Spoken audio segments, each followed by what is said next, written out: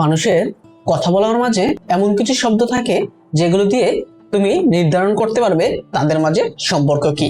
সেই বিষয়গুলো কি তুমি জানতে চাও? তো চলো শুরু করি। এই বিষয়গুলোকে আইডেন্টিফাই করার জন্য তোমার 4টা লেভেল ফলো করতে হবে। প্রথম স্তর লেভেল 1, যেখানে হবে গতানুগতিক কথাবার্তা, যেখানে হতে পারে জিজ্ঞাসা করতে পারে আজকের ওয়েদার সম্পর্কে বা প্রকৃতির সম্পর্কে কথা দিয়ে শুরু হতে পারে। লেভেল 2, যেখানে হচ্ছে প্রকৃত অবস্থা বা আজকের অবস্থাটা নিয়ে কথা হতে পারে।